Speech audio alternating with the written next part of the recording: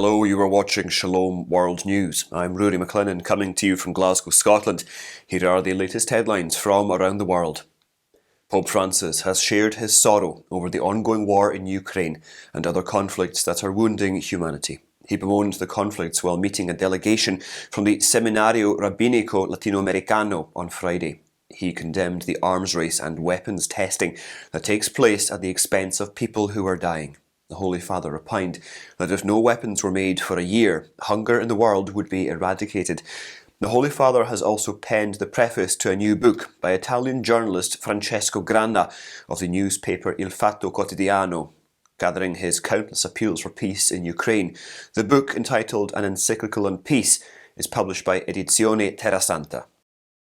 The US Department of State's most recent designation of countries of particular concern under the International Religious Freedom Act has omitted Nigeria. The US Commission on International Religious Freedom said this was inexplicable given the severity of the religious freedom violations in the West African country. The Commission said in a statement that its leaders were outraged by Nigeria's exclusion. 10 nations, including Myanmar, China, North Korea, Pakistan and Saudi Arabia, were once again labelled on the list by the State Department. In the last 20 years, at least 60,000 Christians have been slaughtered in Nigeria. A report estimates that during the first 200 days of 2021, 3,462 Christians were killed in Nigeria, averaging 17 per day. Kyiv has claimed that Moscow's missiles have destroyed homes in the southeast and knocked off electricity in numerous regions on Monday. Because of the attacks, several areas of Ukraine are once again in complete darkness and in below freezing temperatures. Ukrainian President Volodymyr Zelensky said at least 4 people were killed in Russian missile attacks, adding that some 70 missiles were also shot down.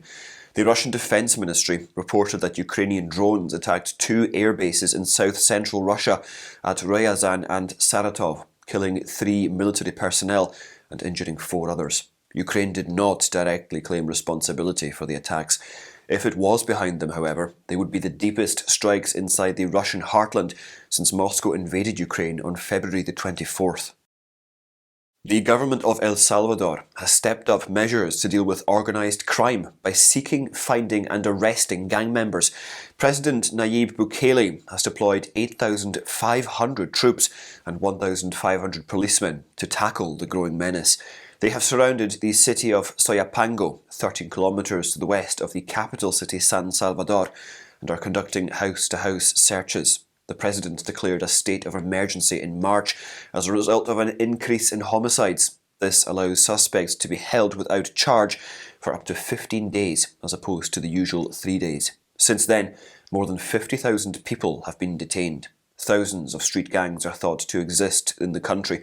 According to a Central American University survey, 75% of Salvadorans support the government's strict response.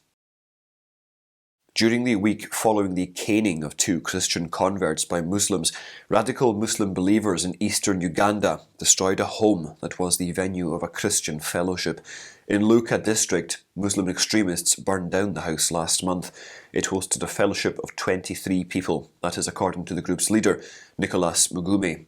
In the days prior to that attack, 28-year-old Arafa Senyange and his 43-year-old brother Zulufa Hajati Nakimuli of Bugweri district were caned for embracing Christianity. The attacks were the latest of many instances of persecution of Christians in Uganda.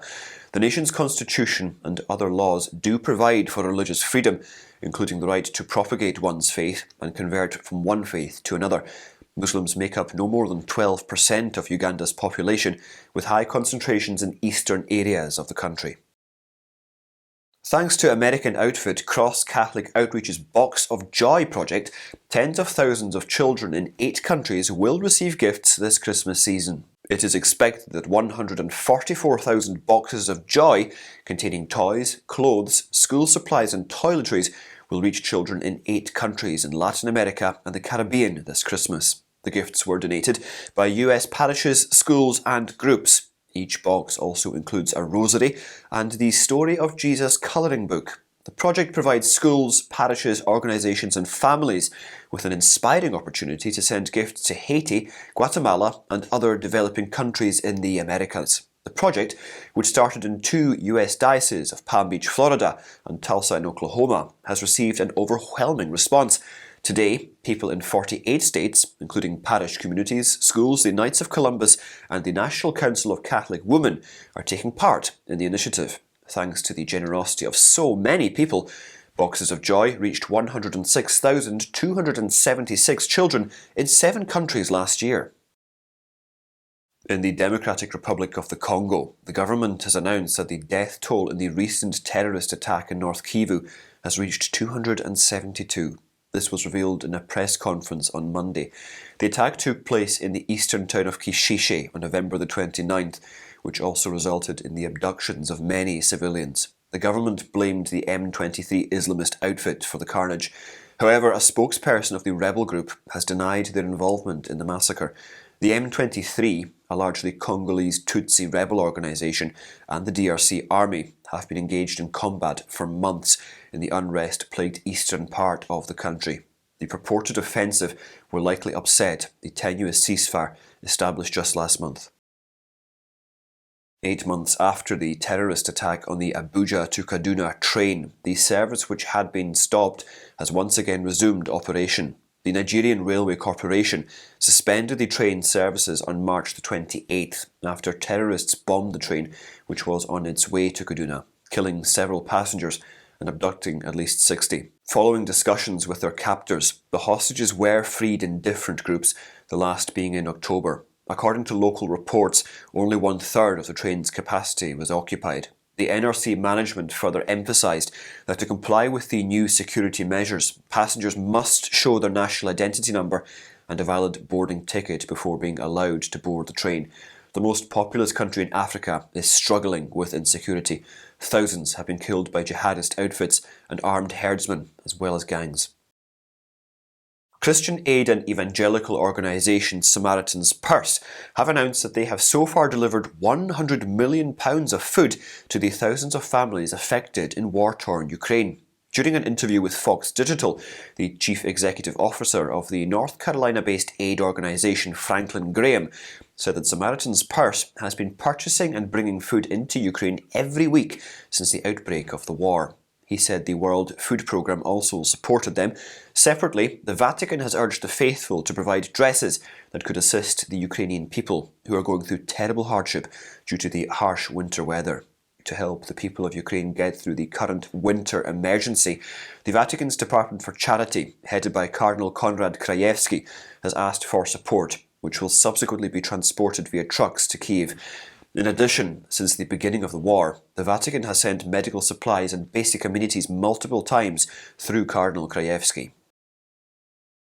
Iran's Attorney General has said that the country's morality police are being dissolved. According to Attorney General Mohammad Jafar Montazeri, so-called morality police are no longer in existence and have no connection to the judiciary. It remains to be seen, however, if the force will be re-established or given a new name or context. According to state news organisations, even if the morality police is disbanded, the decades-old law mandating a strict conservative dress code will remain. The Interior Ministry, which is in charge of the morality police, did not confirm the shutdown.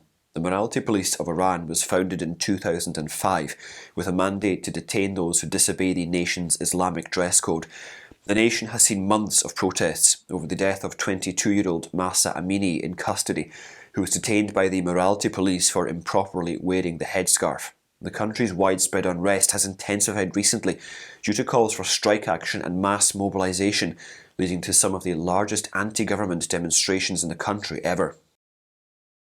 The 5th edition of the International Exhibition of 100 Cribs in the Vatican, which brings together the nativity scenes created by artists worldwide, will commence on December the 8th. The exhibition will be held in St. Peter's Square, beneath Bernini's colonnade. This year, 120 nativity scenes will be exhibited, and they comprise creches coming from various European countries, such as Ukraine, Hungary, Malta, Slovenia, Slovakia and Croatia.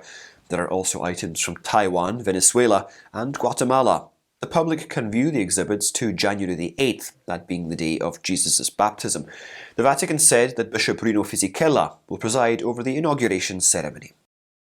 And those are your latest headlines. Do join us again tomorrow for more, and do remember, you can always visit swnews.org for more updates.